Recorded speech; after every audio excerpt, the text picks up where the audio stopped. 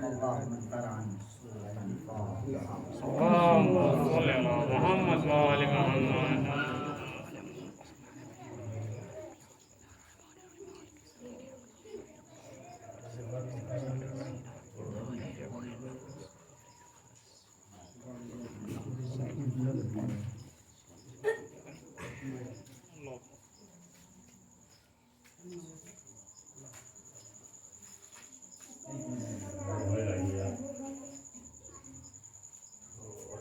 ما شاء الله لا حول ولا قوة إلا بالله العلي العظيم. أعوذ بالله السميع العليم من الشيطان اللعين الرجيم. بسم الله الرحمن الرحيم. الحمد لله رب العالمين. الصلاة والسلام التحية والإكرام على النبي الأمي المكي المدني القرشي الهاشمي هذا ومولى الثقلين جد الحسنين أبي القاسم اللهم صل على محمد وآل محمد. آله الطيبين الطاهرين المعصومين المظلومين ولعنة الله على أعدائهم وقاتلهم وواصف حقوقهم ومنكري فضائلهم ومصائبهم أجمعين من الآن إلى قيام يوم الدين بالكتاب. بسم الله الرحمن الرحيم. اللهم صل وجهك الحجة ابن الحسن صلواتك عليه وعلى آله في هذه الساعة وفي كل ساعة وليا وحافظا وقائدا وناصرا وليا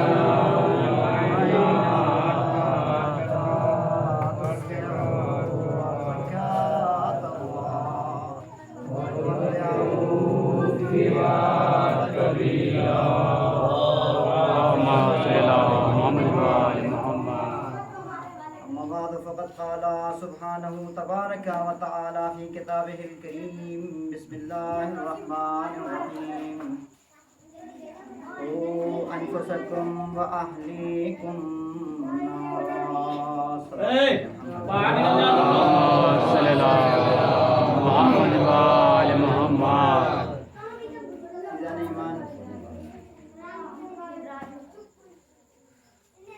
میں نے آج اپنی مجلس کا جو عنوان قرار دیا قرآن کا ایک بہت ہی چھوٹا سا فقرہ جس میں پروردگار ارشاد فرما رہا ہے قوا انفسکم واہلیکم نارا.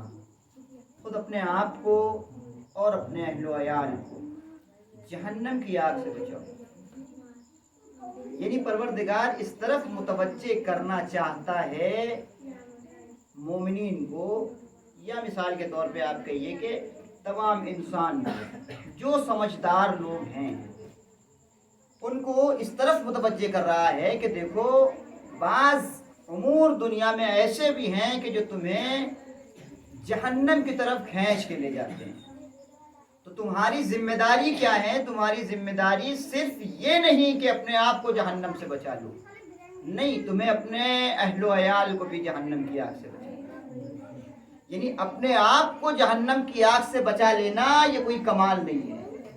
کمال تو جب ہے کہ اپنے اہل و عیال کو بھی جہنم کی آگ سے بچا لیں. بہت توجہ رکھیے گا میرے عزیزوں، بہت اہم گفتگو میں نے چھیڑ دی ہے اس مقام پر، لہذا ذرا سا آپ کو بہرحال یہ گرمی کا موسم ہے اور گرمی پڑ رہی ہے، لیکن بہرحال یہ ذکر اہل بیت سے کچھ تو خود کی ہمیں میسر ہوتی ہے. ایک صلوات پڑھ لیں محمد. اللهم صل على محمد وآل محمد. قوا انفسکم، اپنے آپ کو بچاؤ. اچھا، جنت میں کچھ لوگ ایسے ہوں گے جنتی. سب سے پہلے تو قرآن جنتیوں کی صفت بتاتا ہے. اچھا، یہیں سے ایک آیت اور میں جوڑتا ہوں. ایک صلوات پڑھے محمد. اللهم صل على محمد وآل محمد. بات کو اور زیادہ واضح کرنے کے لیے ایک آیت اور جوڑتا ہوں. قرآن کہتا ہے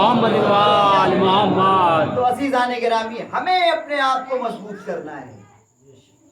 باپ کا چشمہ خراب ہو گیا ہے، اب بڑا بھائی یہ سوچ رہا ہے کہ چھوٹا والا لے کے آئے. ماں کی دوا ختم ہو گئی ہے، بڑا والا سوچ رہا ہے کہ چھوٹا والا لے کے آئے. چھوٹا والا سوچ رہا ہے بھیا لے کے آئیں گے. توجہ ہے آپ کی؟ نہیں، یہ فریضہ ہے ہمارا. ہماری ماں ہے، ہمارے بھائی کی ماں ہے، ہمارے مجلے بھائی کی ماں ہے، سب کا فریضہ ہے.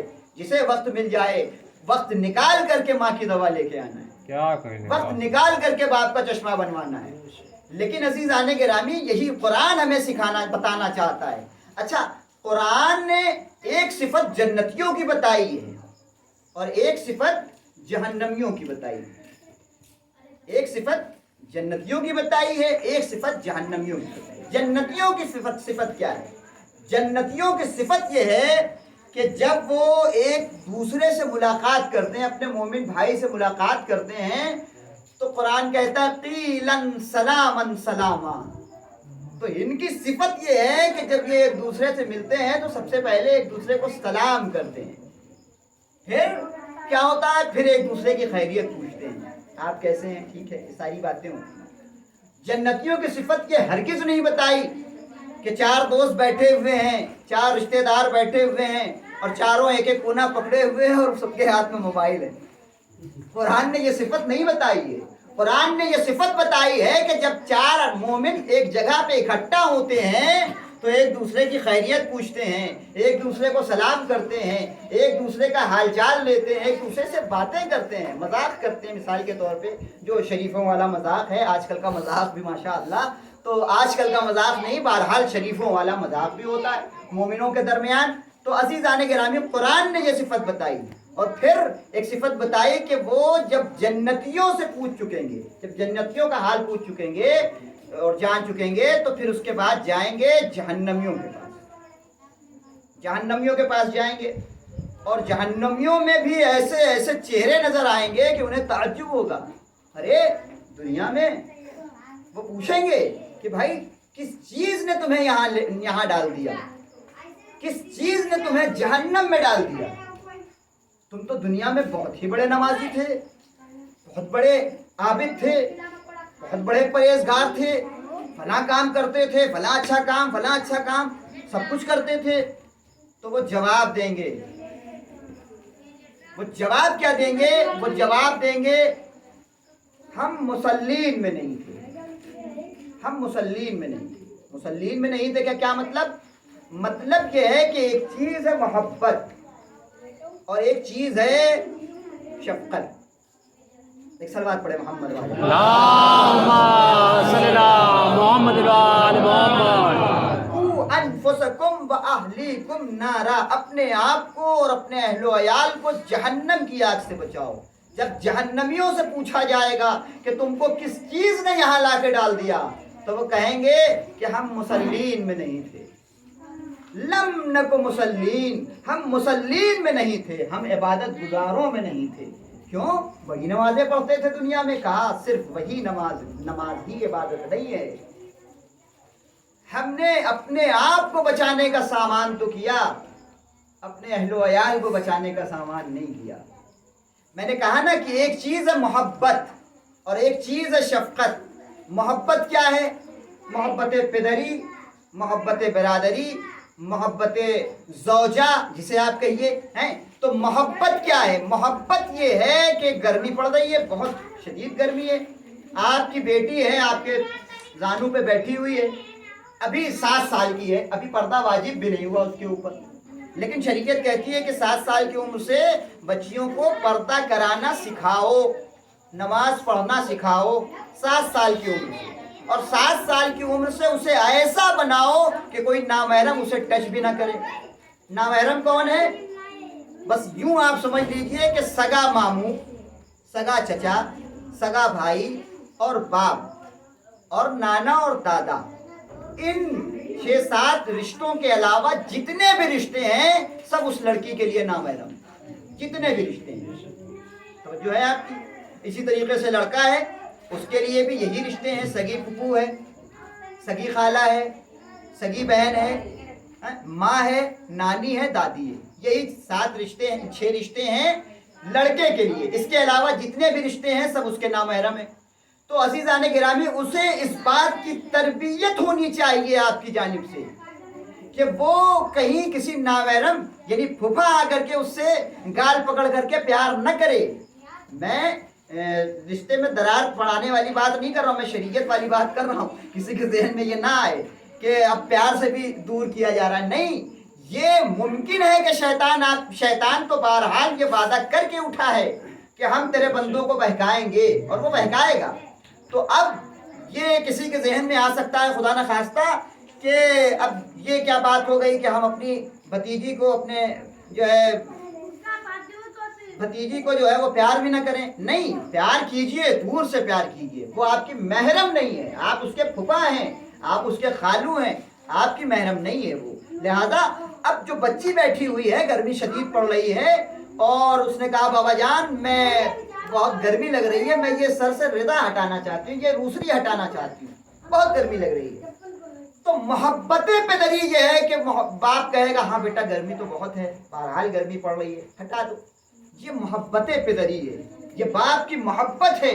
لیکن جب وہ شفقت کے آئینے میں دیکھے گا، جب وہ شفقت کے آئینے میں دیکھے گا تو اب وہ یہ سوچے گا کہ اگر آج میں نے اسے اجازت دے دی تو کہیں کل یہ بے پردہ نہ ٹہلنے لگے، کہیں یہ بے پردہ نہ نکلنے لگے، کہیں اس کے اوپر بے حیائی کا نشہ نہ چھا جائے۔ اب جو شفقت والی نگاہ ہے وہ اسے بے حجاب نہیں ہونے دے گی، کہے گا نہیں بیٹا آج تم اپنے پردے کو ذرا سا گرمی برداشت کرو تاکہ کل کو تم بھی پروردگار کی بارگاہ میں جواب دینے قابل ہو اور میں بھی ہو جاؤں۔ ایک صلوات پڑھے محمد اللہم صلی اللہ محمد وآل محمد۔ تو شفقت یہ بہت بڑی چیز ہے، اور شفقت کے بارے میں احادیث بھی آئی ہیں کہ جس نے یتیم بچے کے اوپر شفقت کا ایک ہاتھ پھیر دیا تو جتنے بال اس کے ہاتھوں میں ٹچ ہوئے ہیں پروردگار اتنا ثواب اس کے نامہ اعمال میں لکھ دیتا ہے۔ شفقت کوئی آسان کام نہیں ہے، شفقت کوئی آسان کام نہیں ہے۔ ہم بڑی آسانی سے سمجھ لیتے ہیں کہ کوئی یتیم بچہ ہے، اسے ہاں بیٹا کوئی مسئلہ نہیں ہے، تمہارے بابا نہیں ہیں، تمہارے بابا اس دنیا سے چلے گئے، کوئی بات نہیں، لیکن ہم ہیں، پریشان نہ ہونا، یہ ساری باتیں۔ لیکن عزیزان گرامی، شفقت بہت بڑی چیز کا نام ہے۔ شفقت کہتے ہیں کہ ہم جب اس بچے کے سر پہ ہاتھ پھیر رہے ہوں تو ہمارے دماغ میں ٹینشن ہونا چاہیے کہ اس کے فیوچر کا کیا ہوگا، یہ پڑھے گا کس اسکول میں پڑھے گا، کس مدرسے میں پڑھے گا، کس یونیورسٹی میں پڑھے گا، یہ آگے جا کے کیا بنے گا، یہ ٹینشن پالنا ہے۔ جب ہم نے اس ٹینشن کو پالا اور اس کے ساتھ لگے رہے تاکہ وہ گمراہی کے راستے پہ نہ جانے پائے، اب شریعت کہتی ہے کہ جتنے بال تمہارے ہاتھوں میں ٹچ ہوئے ہیں پروردگار اتنا ثواب تمہارے نامہ اعمال میں لکھ دے گا۔ ایک صلوات پڑھ لے محمد اللہم صلی اللہ محمد وآل محمد۔ آپ کی بیوی ہے، کسی پارٹی میں جانا چاہتی ہے، کسی شادی میں جانا چاہتی ہے، آئی شوہر سے اجازت لی، چونکہ گھر سے باہر نکلنے کے لیے شوہر کی اجازت ضروری ہے کہ جائے کہ یہ ماحول بالکل الگ ہو گیا ہے، اس سے بھی انکار نہیں کیا جا سکتا، لیکن ابھی بھی حسینی جو ہے خواتین میں یہ جذبہ باقی ہے کہ وہ اپنے شوہروں سے اجازت لے کے گھر سے نکلتی ہیں۔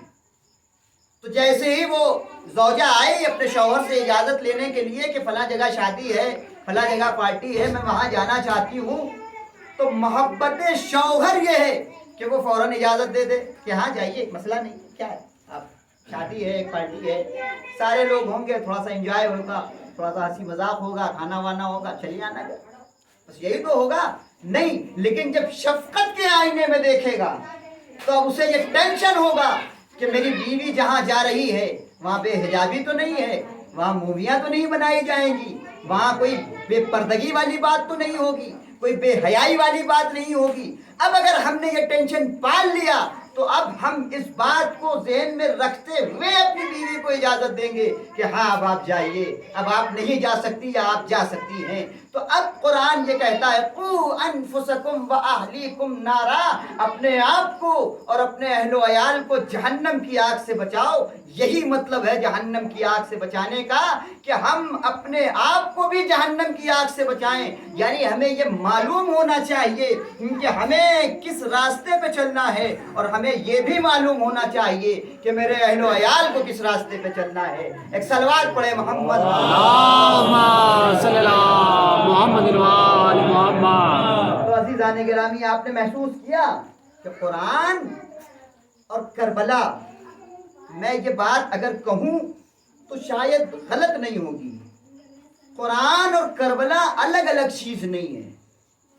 یعنی قرآن نے بھی ہمیں زندگی جینے کا ہر ایک پہلو دکھایا ہے، اور کربلا نے بھی ہمیں زندگی جینے کا ہر ایک پہلو سکھایا ہے. قرآن نے ہمیں دکھایا ضرور، لیکن سکھانے والا جو ہمارا معلم ہے، جو ہمارا استاد ہے، وہ کربلا ہے.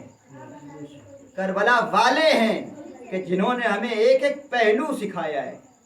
اور عزیزان گرامی، کوئی ایک پہلو اٹھائیے اپنی زندگی کا، دوست کا پہلو، بھائی کا پہلو، بیٹے کا پہلو، بیٹی کا پہلو، کوئی پہلو اپنی زندگی کا اٹھائیے، کربلا آپ اس سے خالی، کربلا میں ایک بھی پہلو آپ خالی نہ پائیے گا. دوست کا پہلو، حبیب ابن مظاہر جیسا دوست، حبیب ابن مظاہر جیسا دوست. جب امام حسین کربلا کے میدان میں آ گئے اور 4 محرم سے یزیدیوں کا لشکر پہ لشکر آنا شروع ہو گیا، بس میں نے رحمت تمام کر دی، آپ رونے کے لیے آمادہ ہو گئے، نام حسین لبوں پہ آ گیا، آپ کی آنکھوں میں آنسو آ گئے. عزاداروں، امام حسین کربلا کے میدان میں جب آئے اور 4 محرم سے یزیدیوں کا لشکر آنا شروع ہو گیا، یزیدیوں کا لشکر آ رہا ہے، کبھی 7,000 لوگ آ رہے ہیں، کبھی 4,000 لوگ آ رہے ہیں، کبھی 1,000 لوگ آ رہے ہیں. جب یہ لشکر پہ لشکر آنا شروع ہوا تو خیمے کے اندر زینب مضطرب ہے، زینب پریشان ہے. بھیا، آپ کا کوئی مونس و یاور نہیں ہے کیا؟ آپ کسی کو نہیں بلا سکتے ہیں؟ یزیدیوں کا لشکر پہ لشکر آ رہے ہیں، آپ کا کوئی مددگار نہیں ہے؟ امام حسین نے کہا نہیں، ایک ہے جو مدینے میں ہے، میرا بچپن کا دوست حبیب ہے، جسے میں نے خط لکھ کے بلانا چاہتا ہوں. عزاداروں، امام حسین نے خط لکھا، حبیب تمہارے بچپن کا دوست حسین تمہیں سلام کہتا ہے، اور یہ تحریر اور تم سے یہ چاہتا ہے کہ تم جتنی جلدی ہو سکے کربلا کے میدان میں آ جاؤ، اس لیے کہ سیدہ کا لال نرغہ عادہ میں گر چکا ہے. قاصد خط لے کے گیا. تاریخ بتاتی ہے کہ حبیب مدینے میں تمام علویوں کے اوپر پہرے بٹھائے ہوئے، یعنی کسی کے اوپر بھی، سب کے اوپر نگاہی پہرے ہیں کہ کوئی سب کی ایکٹیویٹیز پہ پہرے لگے ہوئے ہیں، سب کے عمل پہ پہرے لگے ہوئے ہیں کہ کوئی بھی علی والا کیا کر رہا ہے، کہاں جا رہا ہے، کس سے مل رہا ہے. ہر ایک چاہنے والے کے اوپر پہرا لگا ہوا ہے. حبیب کے گھر پہ بھی پہرا لگا ہے، یہاں تک کہ قاصد پہنچتا ہے، دق الباب کرتا ہے، دق الباب کرتا ہے، دروازہ کھولا. تاریخ نے بتایا، تاریخ بتاتی ہے کہ حبیب اس وقت کھانا تناول کر رہے تھے، اپنی زوجہ کے ساتھ بیٹھے ہوئے کھانا کھا رہے تھے کہ اتنے میں دق الباب ہوا. حبیب اٹھے، آئے دروازے پہ، ایک مرتبہ پوچھا کون ہے؟ ماحول سازگار نہیں ہے نا، اس لیے بغیر پوچھے دروازہ نہیں کھولا جا سکتا تھا. پوچھا کون ہے؟ کہا انا مرید الحسین، میں حسین کا قاصد ہوں. ارے جیسے ہی نام حسین سنا، حبیب تڑپ گئے، جلدی سے دروازہ کھولا، اسے سلام کیا. کہا بھائی کیا ہوا؟ کہا حسین، آقا حسین کا خط لے کے آیا ہوں. اب جو خط کو دیکھا، امام حسین کے خط کو دیکھا، آنکھوں سے لگایا، بوسہ دیا. ایک مرتبہ آپ جو تحریر پڑھنا شروع کیا، آنکھوں سے آنسو جاری ہے، دل دھڑک رہا ہے. لیکن عزاداروں، ایک مرتبہ اپنے آنسوؤں کو سنبھالا، اپنے دل کو سنبھالا، اپنے آنسوؤں کو روکا، گھر کے اندر تشریف لے گئے. زوجہ نے پوچھا کون آیا تھا؟ کہا حسین کا قاصد آیا تھا. کہا کیا بات ہے؟ کہا بات یہ ہے کہ حسین دل بند فاطمہ، دل بند علی، رسول کا جایا ناغہ عادہ میں گھرا ہوا ہے، مجھے مدد کے لیے بلانا چاہتے ہیں. زوجہ پوچھتی ہے پھر کیا ارادہ ہے تمہارا، کیا ارادہ ہے؟ کہا ارادہ تو نیک ہے مگر تمہارے بارے میں سوچتا ہوں کہ میرے بعد تمہارا کیا ہوگا۔ اللہ اللہ تاریخ نے عجیب فقرہ لکھا، زوجہ کو جلال آ گیا، چوڑیاں اتاری، کہا حبیب کہ تمہارے حوالے چوڑیاں اتارے، کہا حبیب نرغے آدھا میں مطہرہ کا لال گرا ہوا ہے، تم کو میری فکر ہے، اگر تم نہیں جاؤ گے تو لو یہ میری چوڑیاں تم پہنو، میں حسین کی مدد کے لیے جا رہی ہوں۔ حبیب نے سر و سینہ پیٹا، اللہ اللہ، حسین پہ یہ وقت آ گیا کہ عورتیں بھی حسین پہ جان نثار کرنے کے لیے تیار ہیں۔ اجرکم من الزہرا، خدا آپ کو کسی غم میں نہ ڈالے سوائے غم آل محمد کے۔ ایک مرتبہ حبیب کہتے ہیں کہ نہیں نہیں، میں حسین کی مدد کے لیے جاؤں گا، میں تو تمہارا امتحان لے رہا تھا۔ اب جو عزیزان گرامی، ایک مرتبہ حبیب نے اپنے غلام کو بلایا اور کہا دیکھو ماحول سازگار نہیں ہے، تم فلاں طرف سے میرے گھوڑے کو لے کے فلاں جگہ پہ کھڑے رہنا، میں فلاں راستے سے آتا ہوں تاکہ مجھے کوئی دیکھنے نہ پائے۔ عزادارو، حبیب کا غلام ہے جو گھوڑے کو لے کر کے ایک مقام پہ جہاں حبیب نے بتایا ہے وہاں پہ لے کے کھڑا ہے، گھوڑے کو لے کے کھڑا ہے، انتظار کر رہا ہے ابھی حبیب آئیں گے، ابھی حبیب آئیں گے۔ لیکن عزیزوں، حبیب کو آنے میں کچھ دیر ہو گئی، گھوڑے کی آنکھوں سے آنسو جاری ہوئے۔ ایک مرتبہ حبیب کے غلام نے دیکھا میرے آقا کے گھوڑے تو کیوں رو رہا ہے؟ دیکھ تجھے گریہ کرنے کی ضرورت نہیں ہے، اگر تو اس لیے رو رہا ہے کہ میرا آقا نہیں آئے گا، دیکھ اگر چند لمحے اور لگے اور میرا آقا نہ آیا تو یہ غلام تیرے اوپر سوار ہو کے آقا کی مدد کے لیے جائے گا۔ اسی اثنا میں حبیب آئے، پھر سر و سینہ پیٹا، ہائے میرے آقا پہ کیسا وقت آ گیا۔ اجرکم من الزہرا، الغرض جناب حبیب گھوڑے پہ سوار ہوئے، رفتار بڑھائی، عزیزوں کربلا کے میدان میں پہنچے، ایک خوشی کی لہر دوڑی، خیام زینب میں بھی یہ خوشی کی لہر دوڑی، مرحبا یا حبیب، مرحبا یا حبیب، لبیک یا حبیب، حبیب آ گئے، حبیب آ گئے۔ زینب نے جناب فضہ سے کہا اماں فضہ ذرا دیکھیے تو صحیح، ذرا پتہ تو لگائیے یہ حسینی لشکر میں یہ خوشی کی لہر کہاں سے آئی ہے، یہ کیوں اتنا خوش ہو رہے ہیں، یہ شور کیسا ہے؟ ایک مرتبہ فضہ آتی ہیں، پتہ لگایا، واپس گئی، شہزادی آقا حسین کے بچپن کے دوست حبیب آئے ہیں۔ شہزادی نے شکر کا سجدہ کیا، ایک مرتبہ سجدے سے سر اٹھایا، فضہ ارے جاؤ تو ذرا حبیب کو شہزادی کا سلام کہہ دو۔ ارے عزادارو قیامت ہو گئی، فضہ دوڑتی ہوئی آئی، حبیب مبارک ہو، شہزادی نے تمہیں مبارکباد دی ہے اور تمہیں سلام کہا ہے۔ حبیب نے سر و سینہ پیٹا، ہائے یہ غلام کی قسمت، آقا زادیاں غلام زادوں کو سلام کہہ رہی ہیں۔ واہ حسینہ، واہ مظلومہ، واہ مصیبتہ، واہ غربتہ، انا للہ